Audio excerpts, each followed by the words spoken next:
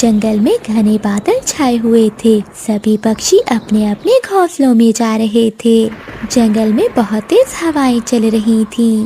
तेज हवा से गोरी कौवे और कालू कौवे का घर नीचे गिरकर टूट जाता है। वो मुश्किल से अपनी जान बचाते हैं। कालूपति जी, घोंसला तो टूट गया और बारिश भी होने वाली है। बताओ अब हम बारिशों के दिन कहाँ गुजारेंगे? गौरी, तुम चिंता ना करो। दूसरे जंगल में मेरे जानने वाली एक चिड़िया रहती है। हम बारिशों के दिन वहीं गुजार लेंगे। वैसे भी इस जंगल में अब बारिशें शुरू हो गई हैं। हाँ हाँ कालू जी, जल्दी करो, हम दूसरे जंगल चलते हैं, इससे पहले के बारिश में भीग जाएं।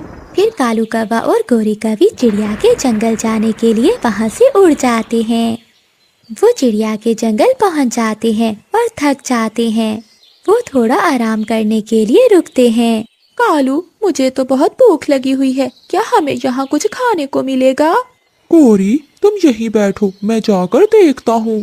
थोड़ी दूर कालू कौवे को मीनू मौसी दाना लेकर जाती हुई दिखाई देती है। कालू कौवा पीछे से जाकर मीनू मौसी को धक्का देता है और दाना लेकर वहाँ से चला जाता है।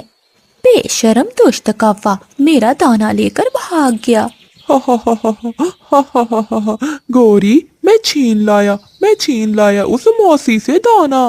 वो दोनों भूखे थे। वो जल्दी से वो सारा दाना खा लेते हैं। फिर वो दोनों चिड़िया के घर की ओर उड़ते हैं। एक पेड़ पर कबूतर बैठा हुआ था। कालू कौवा कबूतर से रानू चिड़िया के घर का पूछता है। वो सामने बड़े पेड़ पर है चिड़िया का घर। फिर वो दोनों कौवा कौवी चिड़िया के घर जाते हैं और दरवाजे पर जोर जोर से दस्तक देते हैं। दरवाजा अंदर से बंद था। खिड़की से रानू चिड़िया की बेटी गुड़िया बोलती है। बताइए आंटी, आपको किससे मिलना है? दरवाजा तो खोल दो बेटी, फिर बताते हैं किससे मिलना है। आंटी, मेरी मम्मा ने कहा है कि कोई भी अजनबी आए तो दरवाजा नहीं खोलना। नहीं बेटी, हम तो तुम्हारी मम्मा के जानने वाले हैं। मैं तुम्हारी मम्मा का बहुत अच्छा दोस्त हूँ। नहीं अंकल, जो भी हो जाए, जब तक मेरी मम्मा नहीं आती मैं दरवाजा नहीं खोलूंगी। कालू जी, लगता है ये छोटी चिड़िया हमें घर नहीं जाने देगी। अब तो हमें रानू चिड़िया का इंतजार ही करना होगा। मिठू भैया, अब मैं चाहती हूँ, मुझे घर जाकर अपनी बेटी को दाना भी देना है। फिर रानू चिड़िया अपने घर की ओर चली जाती है। कालू कौवे, तुम यहाँ कैसे? रानो, कल की तेज हवा से मेरा घोंसला टूट गया था, इसलिए मैं कुछ दिन तुम्हारे पास रहने के लिए आया हूँ। कालू भैया, बात तो ठीक है, लेकिन मेरा घर भी बहुत छोटा है। आप 1-2 दिन में अपना घर बना लेना। फिर रानू चिड़िया गोरी कौवी और कालू कौवे को घर के अंदर ले जाती है। चिड़िया, तुम्हारी बेटी ने तो दरवाजा ही नहीं खोला। मैंने कितना कहा इसे। हाँ गोरी, मैंने खुद ही मना किया है इसको, क्योंकि सुना है जंगल में एक चील फिर रही है। फिर रानू चिड़िया उन्हें खाने के लिए दाना देती है। वो दोनों पति पत्नी मजे मजे से वो दाना खाते हैं और सो जाते हैं।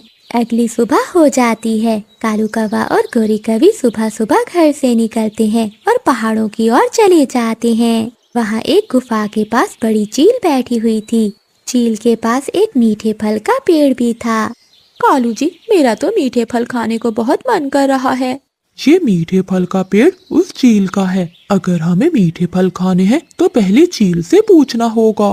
गोरी कौवी और कालू कौवा चील के पास जाते हैं। चील दी, मेरी पत्नी का मीठे फल खाने को बहुत मन कर रहा है, क्या हम मीठे फल खा सकते हैं? हाँ कौवे और कौवी, ये पेड़ मेरा है, तुम इस पेड़ से एक फल तोड़कर खा सकते हो। फिर वो दोनों कौवे एक फल तोड़कर खाने लगते हैं। वो फल बहुत मीठा था। चील दी, ये फल तो बहुत मीठा था, क्या हम कल भी यहाँ ये मीठे फल खाने आ सकते हैं? हाँ कौवे, क्यों नहीं। अगर बदले में तुम मुझे मांस देने का वादा करो तो तुम ये सारे फल खा सकते हो। चील दी, तुम चिंता ना करो, हम धोखे से किसी न किसी पक्षी को यहाँ ले ही आएंगे। इन मीठे फलों को खाने के लिए मैं कुछ भी कर सकती हूँ। मम्मा, मुझे ये कौवे ठीक नहीं लगे। देखा नहीं आपने, ये कैसी लालच वाली बातें कर रहे थे। गुड़िया बेटी, ये कौवा मेरे बचपन का दोस्त है, 2 दिन रहकर चला जाएगा। फिर कौवा और कौवी वहाँ आ जाते हैं। गोरी और कालू, तुम दोनों कहाँ गए हुए थे? हम तो अपने लिए बड़ा मजबूत घर बना रहे हैं। फिर तो आप यहाँ से चले जाएंगे। हाँ रानो, जैसे ही हमारा घर बनेगा तो हम यहाँ से चले जाएंगे। कौवा और कावी झूठ बोलते हैं। दूसरे दिन कौवा और कावी एक नदी के किनारे बैठे हुए थे। कालू, ये नया जंगल है, कोई भी हमारा विश्वास नहीं करेगा। अगर हम चील दी के लिए कोई मांस ना लेकर गए तो वो हमें मीठे फल नहीं देगी। गोरी, चिड़िया चिड़िया हमारा विश्वास जरूर करेगी। हम चिड़िया को ही बलि चढ़ा देंगे। मैं अभी जाकर चिड़िया से झूठ बोलकर उसे पहाड़ों की ओर लेकर आता हूँ। कालू कौवा चिड़िया के पास जाता है। चिड़िया चिड़िया, पहाड़ों के पास बुलबुल गिरी पड़ी है, वो मदद के लिए तुम्हें पुकार रही है। रानो बहन कहकर पुकार रही थी। कौवे भैया, आप भी मेरे साथ चले, हमें बुलबुल की मदद करना होगी। कालू कौवा ऐसे झूठ बोलकर रानो चिड़िया को अपने साथ ले जाता है। गौरी कौवी चील के पास पहले ही पहुंच गई थी। चील दी, तुम्हारा भाई कालू चिड़िया को लेकर आता ही होगा, फिर हमें मीठे मीठे फल खाने देना। मीनू मौसी वहाँ से गुजर रही थी तो वो उन दोनों की बातें सुन लेती है। वो चिड़िया के पास जाती है। चिड़िया, रुक जाओ, ये कौवा तुम्हें धोखे से लेकर जा रहा है। अगर तुम इस कौवे के साथ गई तो वो चील तुम्हें खा जाएगी। ये वही कौवा है जो मेरा दाना भी लेकर भाग गया था। ये मौसी तो झूठ बोल रही है। मेरी मीनू मौसी कभी झूठ नहीं बोलती। चलो रानो, घर वापस चलते हैं। मीनू मौसी रानो चिड़िया को रास्ते में ही वापस ले जाती है। जब शाम तक कालू कौवा वापस नहीं आता तो गौरी कौवी चील से कहती है, चील दी, मैं अभी जाकर कालू को देखती हूँ। कालू न जाने कहाँ रह गया है। गौरी, अगर तुम मुझे मांस ही खिलाना चाहती हो तो क्यों ना मैं तुम्हारा ही मांस खा लूं। मुझे मांस मिल जाएगा और तुम्हारे पति कालू को फल। ऐसा कहते हुए भूखी चील गौरी कौवी पर हमला कर देती है और उसे मारकर खा जाती है। ऐसे बुरे कौवों को उनके किए की सजा मिलती है। तेज बारिश में कालू कौवा और गौरी कौवी जंगल में बैठे फल खा रहे थे। कालू, बस करो, अब कुछ फल घर ले जाएंगे। बारिश का कुछ पता नहीं और कितने दिन आएगी। ऐसा ना हो कि हम भूखे ही मर जाएं। हाँ गोरी, अपना पेट तो भर लिया है। अगर मैं कुछ खाने लगूं तो तुमसे देखा नहीं चाहता। वो दोनों आपस में ऐसी बातें कर रहे थे, तभी उन्हें किसी पक्षी के रोने की आवाज सुनाई दी। कालू, लगता है कोई पक्षी रो रहा है, चलो चलकर देखते हैं। कालू कौवा और गौरी कौवी तेज बारिश में आवाज सुनते हुए वहाँ तक पहुँचते हैं। वो देखते हैं पेड़ पर एक घोंसले में बुलबुल रो रही है। अरे क्या हुआ बुलबुल, क्यों इतना रो रही हो? पूरा जंगल सर पर उठाया हुआ है। हाँ बुलबुल, तुम्हारे चक्कर में गोरी ने मुझे फल भी नहीं खाने दिया। क्या बताऊं कौवी, मैंने कई दिनों से खाना नहीं खाया। अब मेरी हालत बहुत खराब हो गई है। अब मैं उड़ भी नहीं पा रही, न दाना लेने जा सकती हूँ कहीं। कौवो, ऊपर वाले के लिए मेरी थोड़ी मदद कर दो। गौरी कौवी और कालू कौवे के पास फल तो थे, मगर वो लालची कौवे कहाँ किसी की मदद करने वाले थे। बुलबुल, बहुत मुश्किल से ये फल मिला है, अगर ये भी हम तुम्हें दे देंगे तो हम क्या खाएंगे? हाँ गोरी, मैंने तो अभी खाया भी नहीं। फिर वो दोनों कौवे बुलबुल को रोता हुआ छोड़कर वहाँ से चले जाते हैं। मम्मा, मुझे भूख लगी है, मुझे कुछ खाना है। गुड़िया बेटी, कल से बारिश हो रही है और अभी तक नहीं रुकी। आपको तो पता है मैं दाना लेने नहीं जा सकी। मम्मा, मुझे सच में बहुत भूख लगी है, मैंने कल से कुछ नहीं खाया। गुड़िया बेटी, आप दरवाजा अंदर से बंद कर लो, मैं जंगल से कोई फल ढूंढ कर आती हूँ। फिर रानो चिड़िया तेज बारिश में गुड़िया के लिए फल ढूंढने निकलती है। रास्ते में रानो चिड़िया को बुलबुल के रोने की आवाज सुनाई देती है। रानो चिड़िया तुरंत वहाँ जाती है। बुलबुल बहन, क्या हुआ? आप इतना क्यों रो रही हैं? अरे क्या बताऊँ चिड़िया मैं तुम्हें, मैंने कई दिनों से खाना नहीं खाया। मेरी हालत बहुत खराब हो गई है, अब तो मैं उड़ भी नहीं पा रही। चिड़िया, मेरी मदद करो। बुलबुल की ये हालत देखकर रानो चिड़िया को दया आ जाती है। बुलबुल बहन, चुप कर जाइए, बताइए मैं आपकी क्या मदद कर सकती हूँ? चिड़िया, भूख से मेरी जान निकल रही है, मुझे कुछ खाने के लिए ला दो। फिर रानो चिड़िया वहाँ से उड़ती है और वो घने जंगल में जाती है। वहाँ उसे एक मीठा फल मिल जाता है। वो मीठा फल लेकर बुलबुल के पास आती है। बुलबुल बहुत भूखी थी, वो जल्दी से वो मीठा फल खा लेती है। चिड़िया, तुम्हारा बहुत बहुत शुक्रिया, वरना भूख की वजह से मैं आज मर जाती। बुलबुल बहन, शुक्रिया की क्या बात है, ये तो मेरा फर्ज था। चिड़िया, तुम बहुत अच्छी हो, इसलिए मैं तुम्हें कुछ देना चाहती हूँ। क्या बुलबुल बहन? यहाँ से थोड़ी दूर गुफा में मैंने एक मटका रखा है और साथ में एक रुमाल। याद रखना, वो कोई मामूली मटका नहीं है। तुम उस मटके से जो भी खाने की चीज़ मांगोगी वो तुरंत तुम्हें मिलेगी। हाँ, जितना खाना तुम्हें चाहिए होगा तुम उससे ले लेना और फिर वो लाल रुमाल उस मटके पर दे देना। उस जादुई मटके से सामान रोकने का बस यही एक हल है। आपका बहुत बहुत शुक्रिया, मैं इस बात का जरूर ख्याल रखूंगी। ऐसा कहते हुए रानू चिड़िया मटका लेने गुफा के अंदर चली जाती है। रानू चिड़िया गुफा में जाकर देखती है तो वहाँ एक मटका पड़ा हुआ था। फिर रानू चिड़िया वो मटका और रुमाल लेकर अपने घर चली जाती है। कालू, शुक्र है उस मोटी बुलबुल से बचकर, वरना वो हमारे फल खा लेती। हाँ हाँ गौरी, अब मुझे भी दो, मुझे भूख लगी है। फिर वो कौवा और कभी फल खाते हैं। मम्मा, ये क्या, मुझे तो भूख लगी थी, मैंने आपसे फल लाने के लिए कहा था और आप ये मटका ले आई हैं। गुड़िया बेटी, ये कोई आम मटका नहीं है, ये जादुई मटका है। क्या मम्मा, जादुई मटका? हाँ गुड़िया बेटी, आपने जो भी खाना है इस मटके से मांग लीजिए। ठीक है मम्मा, मैं मांग कर देखती हूँ। ऐ जादुई मटके, मुझे खाने के लिए मीठे मीठे फल दो। गुड़िया का इतना कहना ही था कि मटके में से ढेर सारे फल निकलना शुरू हो जाते हैं। फिर रानू चिड़िया उस लाल रुमाल को मटके पर रख देती है, जिससे फल निकलना बंद हो जाते हैं। अरे वाह मम्मा, ये तो सच में जादुई मटका है। हाँ गुड़िया, अब हम जंगल के सभी पक्षियों की मदद करेंगे और उन्हें खाने पर बुलाएंगे। जंगल में दाना तो मिल ही नहीं रहा, पक्षी बहुत परेशान हैं। अगली सुबह रानू चिड़िया मिठू तोता और कबूतर के पास जाती है।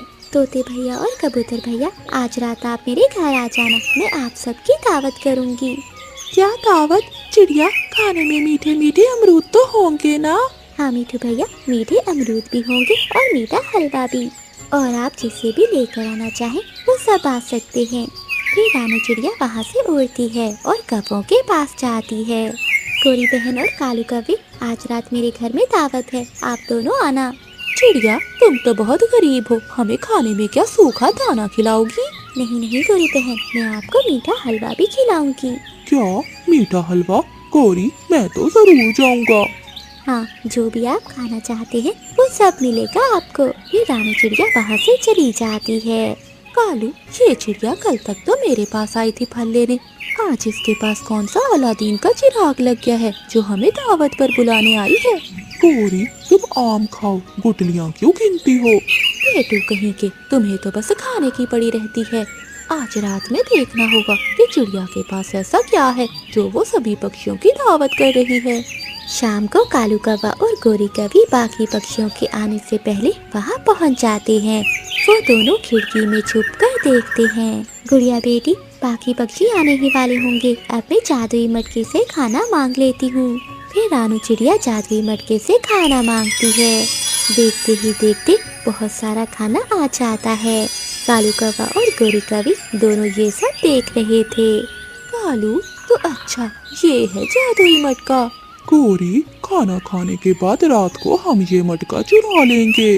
फिर जंगल के सभी पक्षी आते हैं। रानू चिड़िया उन्हें पेट भरकर खाना खिलाती है। वो सब बहुत खुश थे। खाना खाने के बाद वो सब अपने अपने घरों को चले जाते हैं, मगर कालू कौवा और गोरी कौवी अपने घर नहीं जाते, बल्कि वो चिड़िया के सोने का इंतजार कर रहे थे। कालू, चलो, चिड़िया सो गई है। हाँ हाँ गौरी, जल्दी करो, मुझे बहुत भूख लग रही है, मुझे स्वादिष्ट स्वादिष्ट खाने खाने हैं। रानू चिड़िया के सोने के बाद गोरी कौवी खिड़की से आती है और वो जादुई मटका लेकर वहाँ से भाग जाते हैं। वो अपने घर में जाते हैं। कालू, क्या खाना चाहते हो तुम? आज जो कहोगे वही मिलेगा।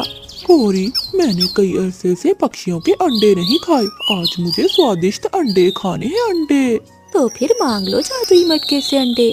हाँ हाँ, क्यों नहीं। ए जादुई मटके, मुझे अंडे दो, ढेर सारे अंडे। कालू कौवे का इतना कहना ही था कि वहाँ अंडों का ढेर लगना शुरू हो जाता है। कालू, ये क्या, ये अंडे तो खत्म ही नहीं हो रहे। गोरी, इतने अंडे मुझे नहीं चाहिए। देखते ही देखते वहाँ अंडों का ढेर लग जाता है और कौवा और कवि को निकलने का मौका ही नहीं मिलता। वो अंडों में दबकर मर जाते हैं क्योंकि उन्हें मटके को रोकने का तरीका नहीं पता था।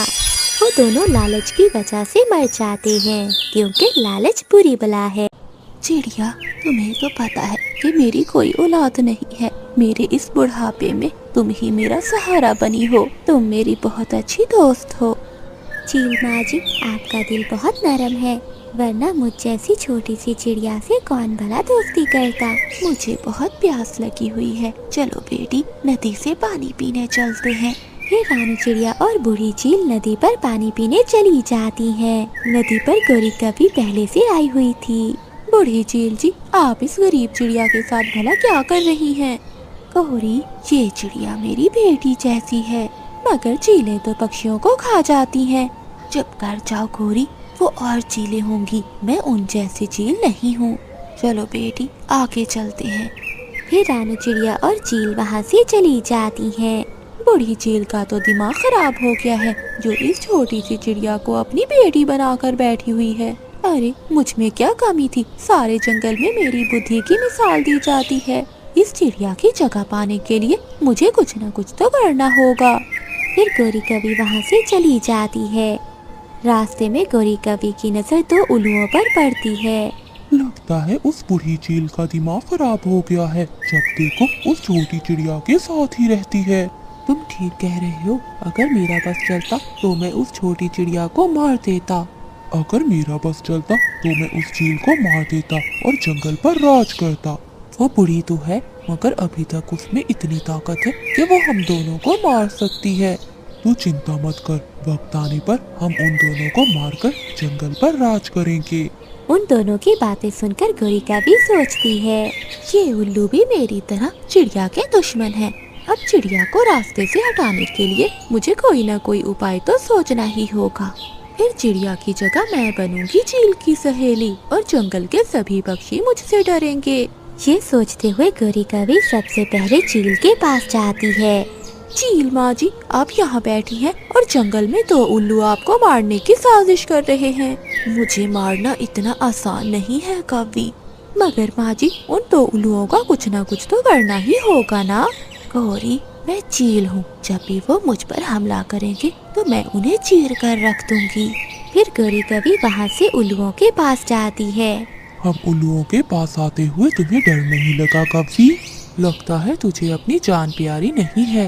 उल्लुओं, पहले अपनी जान बचाओ, मैं तुम्हें आगाह करने आई हूँ।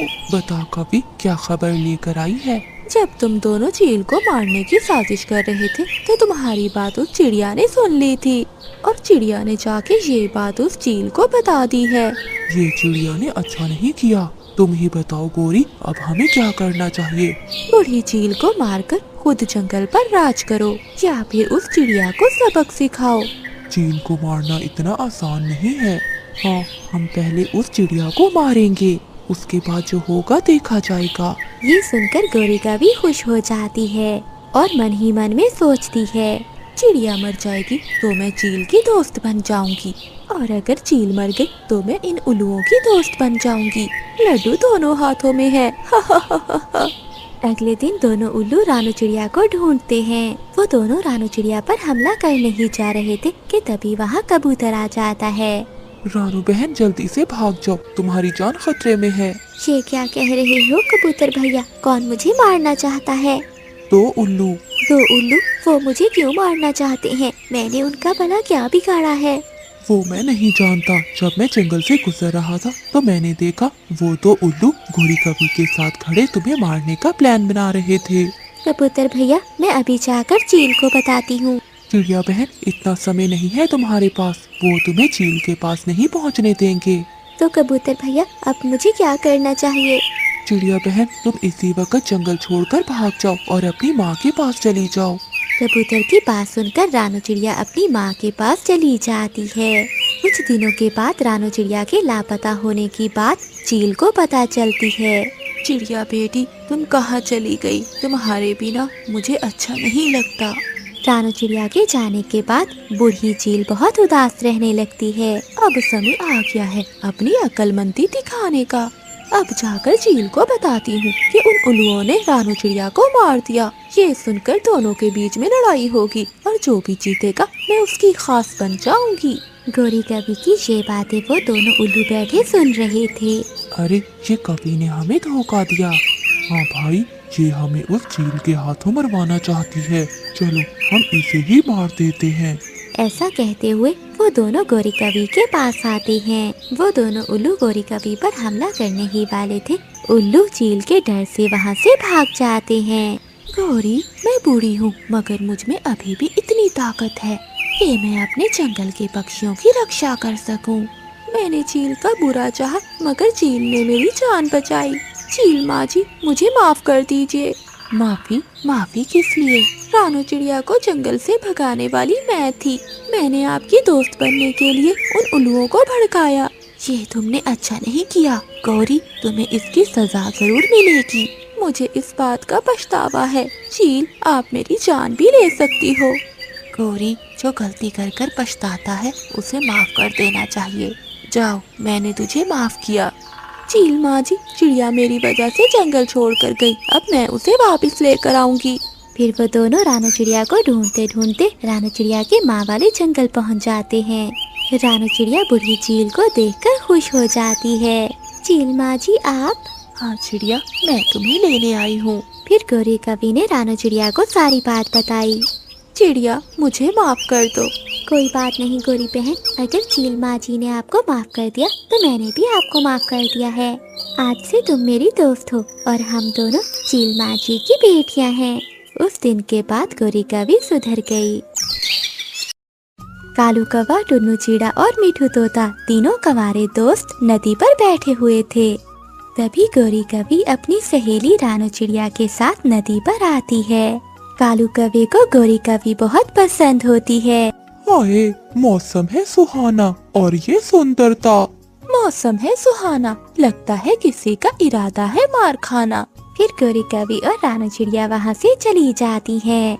गोरी कवि की बात सुनकर दोनों दोस्त कालू कवि पर हंसने लगते हैं।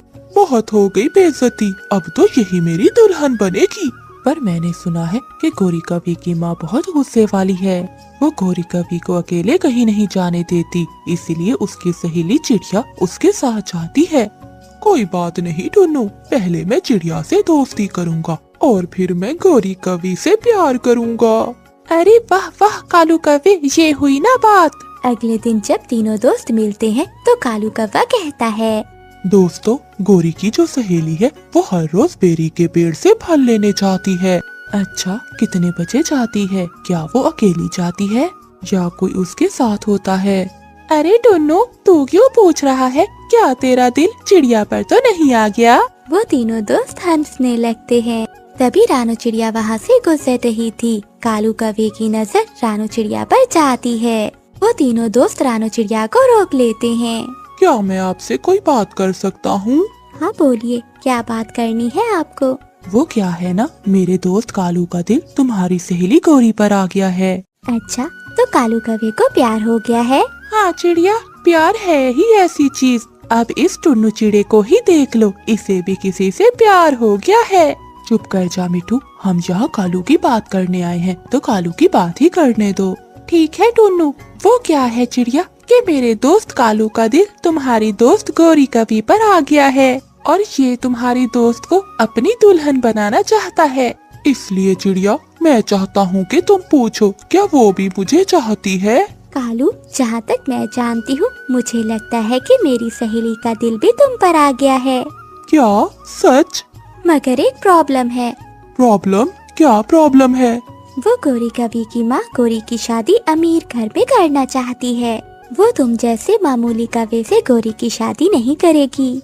मैं भी कोई मामूली नहीं हूँ, मैं भी बहुत अमीर हूँ। ये सुनकर टुन्नू चिड़ा और मिठू तोता एक दूसरे को देखने लगते हैं। मेरा मतलब है मेरे पास ये दो कीमती दोस्त हैं, तो हुआ ना मैं भी बहुत अमीर। कालू कवि, आप बहुत भोले हो। फिर रानू चिड़िया वहाँ से चली जाती है और टुन्नू चिड़ा रानू चिड़िया को देखता ही रहता है। लगता है मेरी दो भाभियाँ आने वाली है। अगले दिन गोरी कौवी जंगल के ढाबे में एक भूरे कौवे के साथ बैठी होती है। कालू कौवा, टुन्नू चिड़ा और मिठू तोता भी वहाँ आते हैं।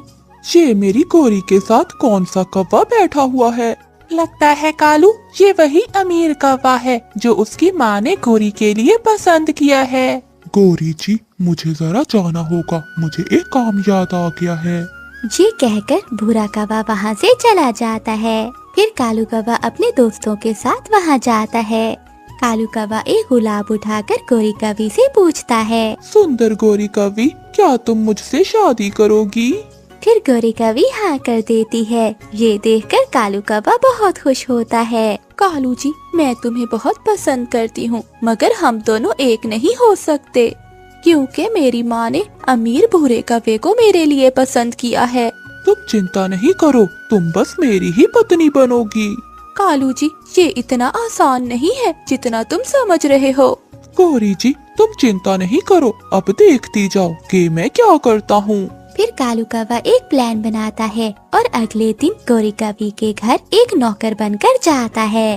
कौन हो तुम? माँ जी, जंगल से पता चला है कि आपको एक नौकर की जरूरत है। मेरा नाम कालू कौवा है। अच्छा कालू, खाना बनाना जानते हो?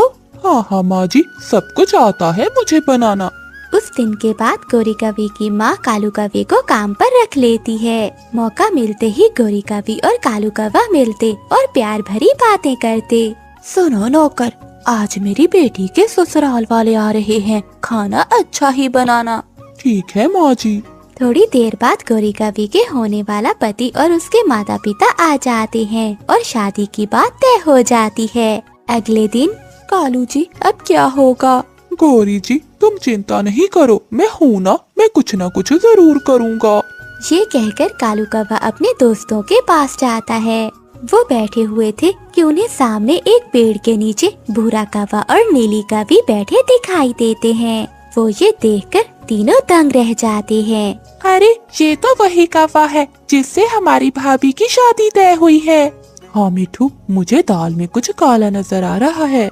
इसकी शादी किसी और से तय हो गई है और ये यहाँ नीली कौवी से मिल रहा है।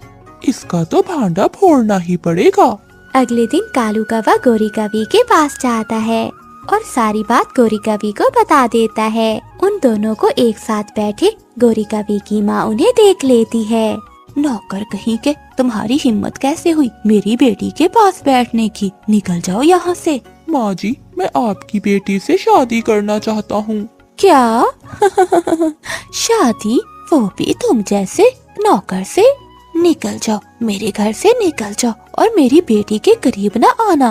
वो कालू कौवे को गुस्से में घर से बाहर निकाल देती है और अगले ही दिन गोरी कौवी की शादी करने का प्लान बना लेती है। अगले दिन जब गोरी कौवी और भूरे कौवे की शादी होने लगती है तो कालू कौवा वहाँ आता है। माँ जी, ये शादी रोक दीजिए, वरना आपकी बेटी की जिंदगी खराब हो जाएगी। तुम फिर यहाँ आ गए। अगर अब मैंने तुम्हें दोबारा देखा तो मैं तुम्हारा बहुत बुरा हाल करूँगी। मैं कहीं नहीं जाऊँगा, पहले आप मेरी बात तो सुने। फिर कालू कौवे के दोस्त टुन्नू चिड़ा और मिठू तोता नीली कौवी और उसके बच्चों को साथ ले आते हैं। भूरा कौवा ये देखकर डर जाता है। रुक जाओ, ये शादी रोक दो। भूरा कौवा पहले से ही शादीशुदा है और ये रही उसकी पत्नी और उसके बच्चे।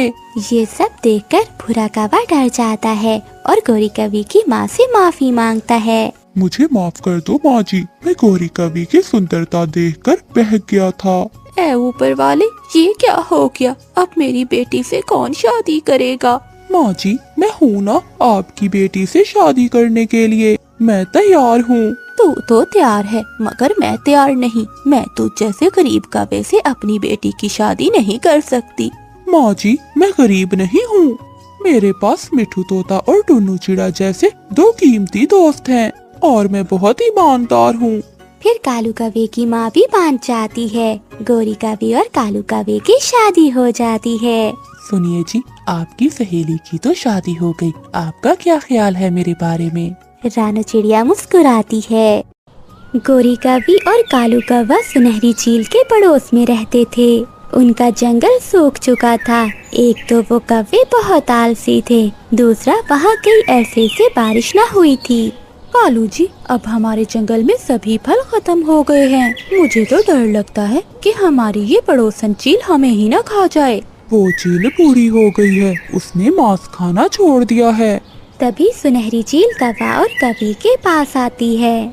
कव्वे और कव्वी, मैं पूरा जंगल घूम कर आई हूँ, मगर मुझे कहीं से कोई फल नहीं मिला। चील दीदी, हम भी कल से भूखे हैं। तुम दोनों दूसरे जंगल जाओ और किसी पक्षी को अपनी बातों में फंसाकर मेरे पास लेकर आओ। मैं अब बहुत ज्यादा कमजोर हो गई हूँ। जब तक मैं मांस नहीं खाऊंगी तो मेरे शरीर में ताकत नहीं आएगी। ये कहते हुए सुनहरी चील वहाँ से चली जाती है।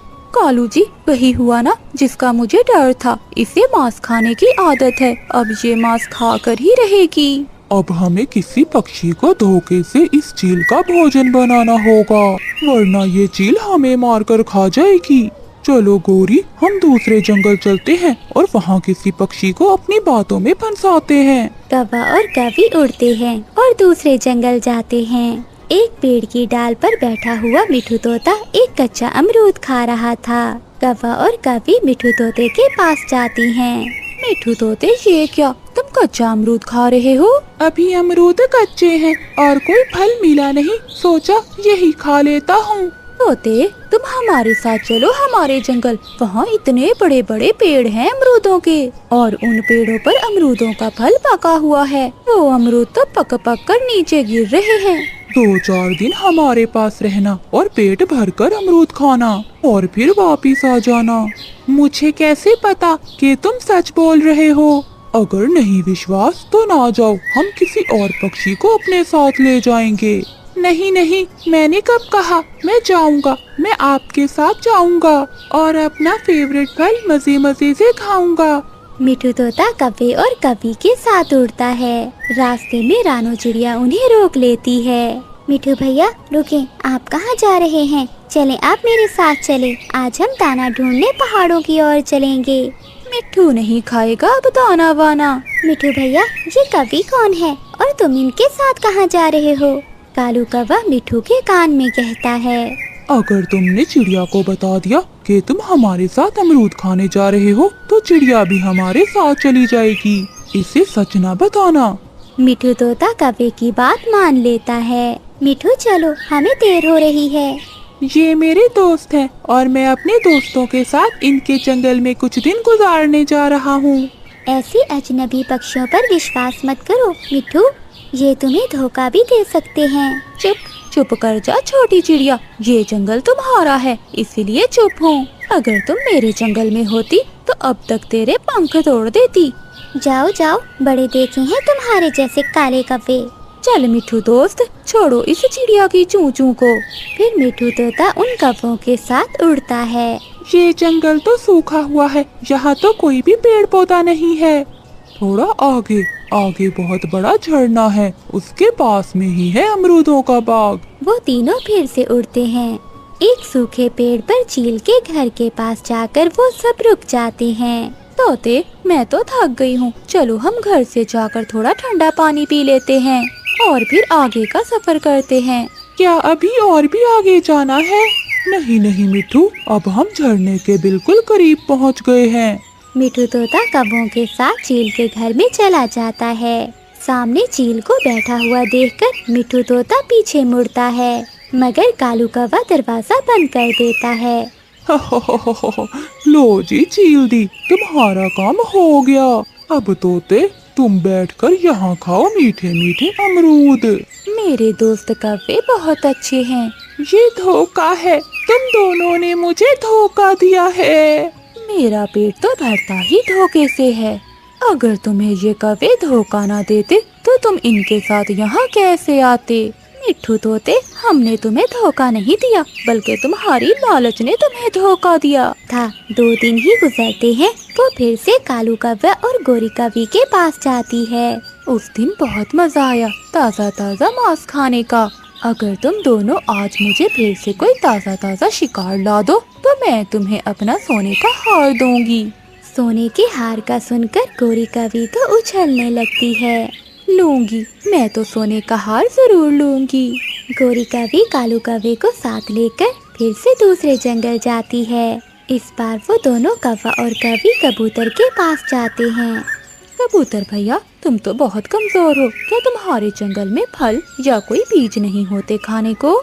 बारिश हुए काफी देर हो गई है, इसलिए इन दिनों दाने की कमी है। एक हमारा जंगल है जहाँ आए रोज बारिश होती है। उन बारिशों के कारण सारे जंगल में फल ही फल और बीज ही बीज हैं। तुम हमारे साथ चलो, दिल करे तो फल खा लेना या फिर बीज खा लेना। मुझे तो बीज पसंद हैं। तो फिर सरसों के बीज इतने हैं कि कभी खत्म ना हो। ये अनजान पक्षी मेरा इतना भला क्यों सोच रहे हैं? क्या हुआ कबूतर भैया, पड़ गए ना सोचों में? तुम्हारे जंगल का मिठू तोता भी बहुत डर रहा था हमारे साथ जाने में। अब ऐसा दिल लगा है हमारे जंगल में कि आने का नाम ही नहीं ले रहा। वो मिठू तोता अभी तक तुम्हारे जंगल में ही रहता है। भूल जाओ अब तोते को, वो वापस नहीं आएगा। उसने तो अपना वहाँ घर भी बना लिया है। ये सुनकर कबूतर उनके साथ जाने को उड़ता है, मगर रानू चिड़िया फिर से वहाँ आ जाती है। कबूतर भैया रुक जाओ, क्या पता वो मिठू तोता वहाँ मीठे फल खा रहा है या अपनी जिंदगी से चला गया है। आप मत जाओ इन कौवों के साथ, पेट यहाँ भी भर जाता है। लालच हमेशा बुरी बला होती है। कबूतर को चिड़िया की बात पसंद आती है और वो अपना फैसला बदल लेता है। जाओ कौवो तुम जाओ, मैं नहीं जाऊंगा। चलो चिड़िया, हम दाना लेने चलते हैं। कबूतर चिड़िया के साथ चला जाता है। कालू जी, अब अगर हम खाली हाथ गए तो वो चील हमें खा जाएगी। गोरी, अब सोने के हार को भूल जाओ, हमें किसी और जंगल में जाना होगा।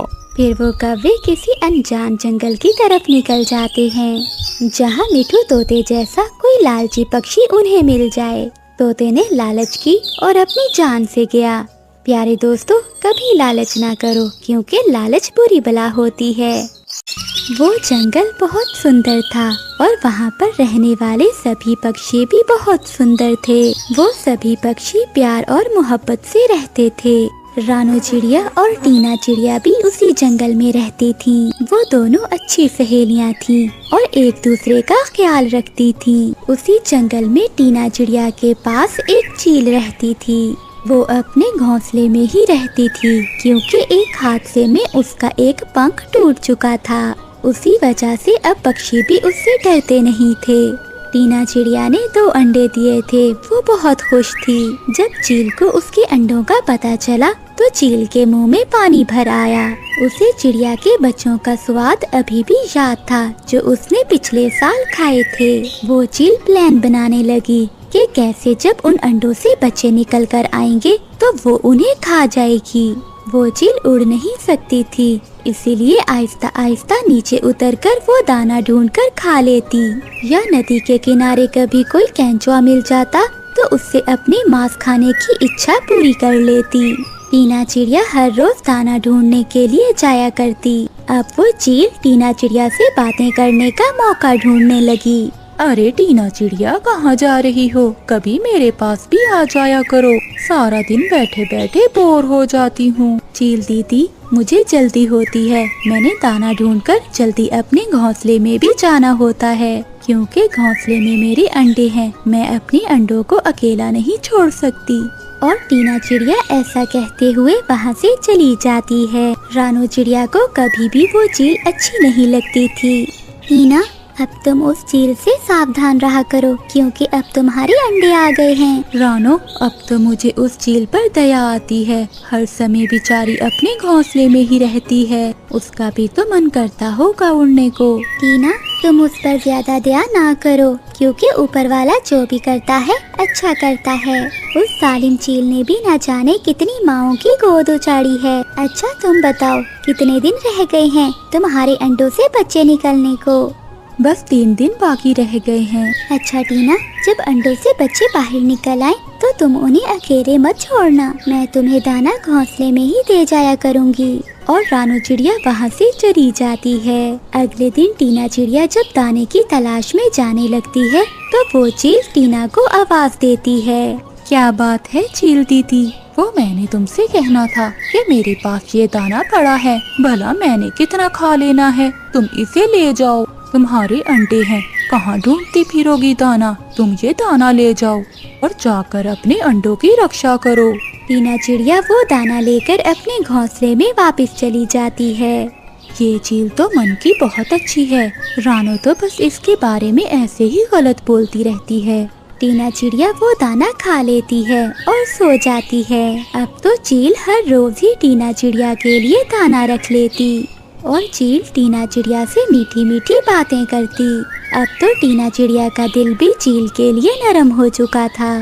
चील मेरा कितना ख्याल रखती है, और तो किसी पक्षी से भी इतना नहीं हुआ कि मुझसे आकर पूछ ले कि किसी चीज की जरूरत तो नहीं है। और रानो वो भी बस बातें ही करती रहती है, कभी मेरे लिए दाना तक नहीं लेकर आई। ये चील ही सब पक्षियों से ज्यादा नरम दिल है। अब टीना चिड़िया हर रोज चील के पास चली जाती और उसके पास बैठी बातें करती रहती। चील दीदी, आपका कोई रिश्तेदार नहीं है? मेरा मतलब मैंने कभी किसी को आपके पास आते नहीं देखा। टीना, रिश्तेदार तो बहुत हैं, मगर कभी मेरे पास कोई नहीं आता, क्योंकि उन्हें डर लगता है कि कहीं मैं उनके साथ न चली जाऊं। सब डरते हैं कि कहीं किसी को मुझे भोजन न देना पड़ जाए। हालांकि मैं किसी के भोजन की भूखी नहीं हूँ, मुझे तो बस प्यार चाहिए। लेकिन अब मुझे उनकी कोई जरूरत नहीं, ना ही मुझे उनकी कोई कमी महसूस होती है जब से मेरी तुम्हारे साथ दोस्ती हुई है। अच्छा टीना, तुम्हारे अंडों से बच्चे कब बाहर आएंगे? तुम्हारे घर में तो रौनकें लग जाएंगी। बच्चों की बात करते हुए चील का मुंह पानी से भर जाता है। मुझे बहुत इंतजार है ये खुशखबरी सुनने का। आखिर मैं मौसी बनने वाली हूँ। चील दी, बहुत जल्द मैं आपको खुशखबरी देने ही वाली हूँ। चील मन ही मन में उन बच्चों को खाने का सोच रही थी। बहुत मजा आएगा। क्या चील दी, किस बात का मजा आएगा? मम्मा, मेरा मतलब है जब मैं उन्हें खेलते देखूंगी, चूं चूं करते देखूंगी, तो बहुत मजा आएगा। आप कितनी अच्छी हैं, मेरे बच्चों के लिए इतना खुश हो रही हैं जैसे कि आपके बच्चे हों। तुम ये दाना ले जाओ, और हाँ, अब अंडों का ज्यादा ख्याल रखो। ठीक है चील दीदी, अब मैं चलती हूँ। और टीना चिड़िया अपने घोंसले में चली जाती है। चलो, अब मेरी ये चिंता तो खत्म हुई कि जब मैं दाना लेने जाऊंगी तो मेरे बच्चों की रक्षा कौन करेगा। वैसे भी चील दीदी सारा दिन घोंसले में ही रहती हैं, मेरे बच्चों को भी देख लिया करेंगी। रानो का तो अपना परिवार है, वो कब तक मेरी मदद कर सकती है। टीना चिड़िया खुद से ऐसे बातें कर रही थी कि रानो चिड़िया वहाँ आ जाती है। टीना, क्या बात है, 2-3 दिनों से तुम मुझे मिलने नहीं आई। रानो, तुम्हें तो पता है मेरे अंडे फूटने वाले हैं, इसलिए मैं बाहर बहुत कम जाती हूँ। तुम भी तो इतने दिनों बाद आई हो। क्या बताऊँ टीना बहन, मेरी गुड्डू की तबीयत कुछ ठीक नहीं थी। आज कुछ तबीयत ठीक थी, इसीलिए सोचा कि तुमसे मिल आऊं।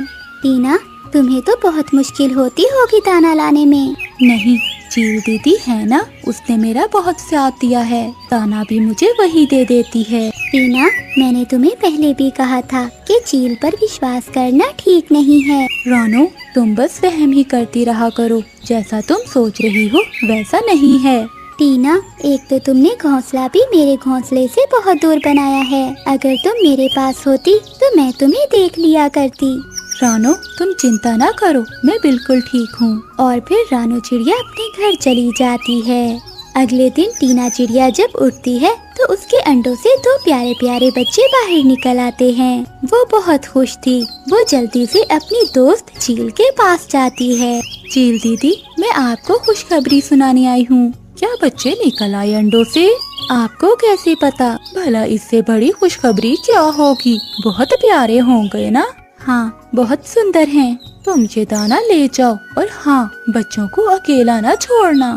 आपका धन्यवाद चील दीदी, आपने मेरा बहुत साथ दिया। तुम्हें धन्यवाद करने की कोई जरूरत नहीं, हिसाब तो मैं चुकता कर ही लूँगी।